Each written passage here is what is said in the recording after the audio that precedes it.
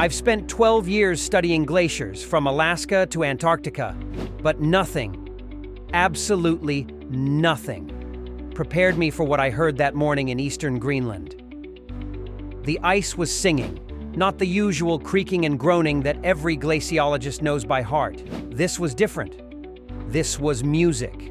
My name is Dr. Sarah Chen, and I'm a glaciologist with the Arctic Research Institute.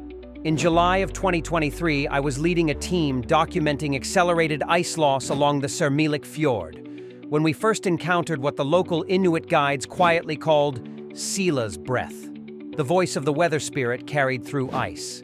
The Jakobshavn Glacier had been our focus for 3 weeks. We'd set up our research camp about 2 miles from the glacier's terminus, close enough to monitor the daily calving events, but far enough to avoid the massive ice chunks that regularly crashed into the dark waters below. The midnight sun cast everything in an ethereal golden light that never seemed to fade, and the silence. The silence was usually so complete you could hear your own heartbeat echoing off the ice walls.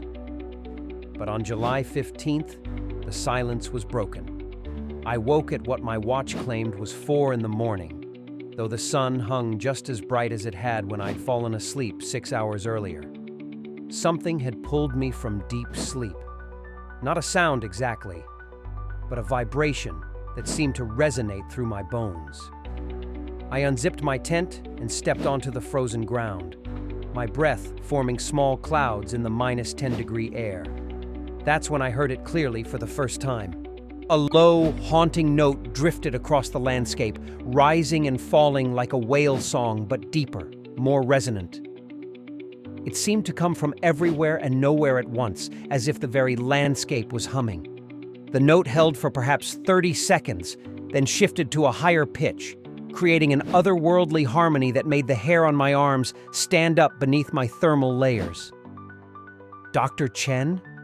My research assistant, Marcus, emerged from his tent, his expression a mixture of wonder and confusion. "Are you hearing this too?" I nodded, unable to speak. The glacier, our massive, ancient, supposedly silent glacier, was producing music. The melody, if you could call it that, lasted nearly 10 minutes. Low, resonant tones that seemed to pulse with the rhythm of something alive. Some notes held steady, others warbled and shifted like the call of an enormous wind instrument. When it finally faded, the traditional Arctic silence returned, but now it felt different. Expectant. Our Inuit guide, Malik, had been quietly preparing breakfast at our camp stove. When I turned to him with questions written all over my face, he simply nodded and said, "The ice dreams. Sometimes it shares those dreams with us." As a scientist, I should have been skeptical. Instead, I was fascinated. Over the next 3 days, the singing returned at irregular intervals. Sometimes in the early morning hours, sometimes during the brief twilight that passed for night in the Arctic summer. I began recording everything: audio files, seismic readings, temperature fluctuations, wind patterns. My team thought I'd developed a case of Arctic fever, that psychological condition that affects some researchers in extreme isolation. But the data didn't lie. The sounds were real, and they were coming from deep within the glacier itself. The breakthrough came when I analyzed the audio recordings alongside our seismic data. The singing correlated perfectly with microfractures occurring hundreds of feet below the glacier's surface. But these weren't random stress fractures. The pattern was too regular, too musical. I called my mentor, Dr. Eriksson, at the University of Copenhagen. After I played him the recordings, there was a long silence on the satellite phone. "Sarah," he said finally, "I need you to map every cavity and crevasse in that glacier. Something is creating a resonance chamber, and if I'm right about what's happening..." He paused. "This could change how we understand glacial dynamics entirely." The investigation took 2 weeks. Using ground-penetrating radar and seismic imaging, we discovered something extraordinary. The glacier contained a network of interconnected caverns, carved by meltwater over decades of warming temperatures. But these weren't random caves. They formed an intricate system of chambers and tunnels that functioned like the pipes of a massive organ. Here's what was happening. As the glacier continued to melt and shift due to rising temperatures, air pressure changes within these hidden chambers created the musical tones. Different chamber sizes produced different pitches.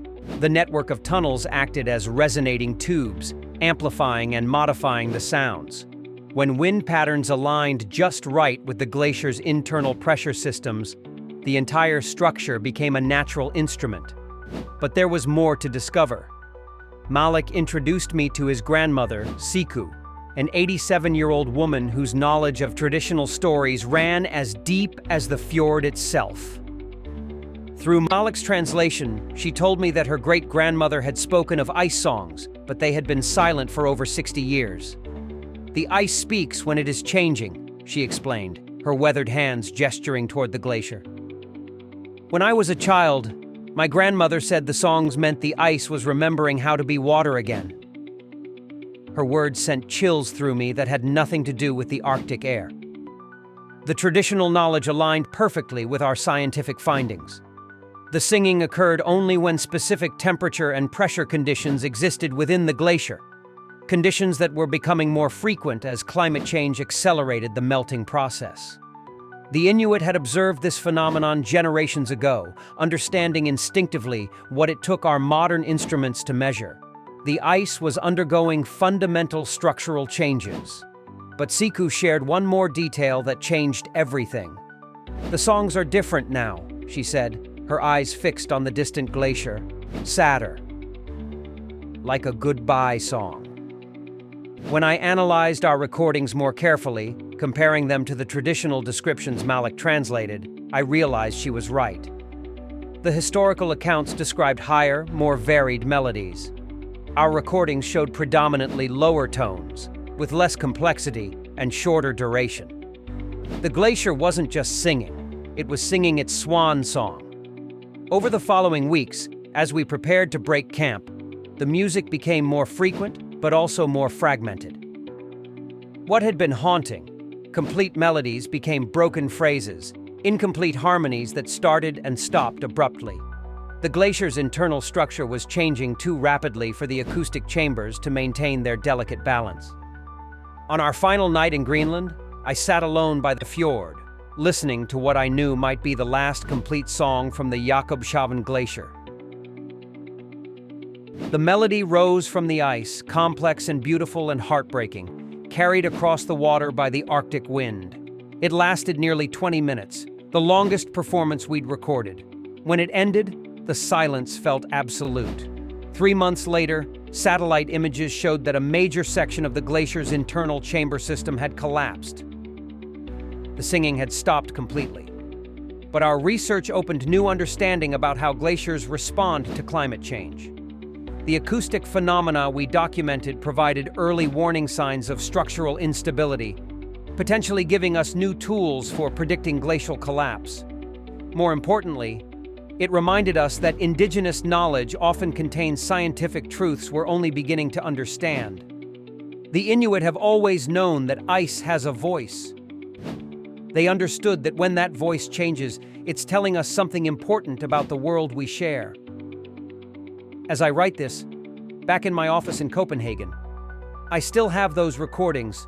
Sometimes late at night when I'm analyzing data from other Arctic research sites, I play them back. The haunting melodies remind me that science isn't just about measuring and quantifying the natural world. It's about listening to what the Earth is trying to tell us. The singing ice of Greenland taught me that even in the most remote, seemingly lifeless places on our planet, there are voices waiting to be heard. Sometimes those voices carry ancient wisdom. Sometimes they carry warnings about the future. And sometimes, if we're very lucky, they carry both. The Arctic is changing faster than any other place on Earth, revealing secrets that have been locked in ice for millennia. Each discovery raises new questions about what other mysteries are waiting to be uncovered as the ice continues its ancient dance between solid and liquid, between silence and song. If you found this story as fascinating as I did living it, I'd love to hear about any unusual natural phenomena you've encountered. Have you ever heard sounds in nature that seemed impossible? Share your experiences in the comments below, and don't forget to subscribe for more stories from the world's most mysterious places. Because the Earth is always singing. We just need to learn how to listen.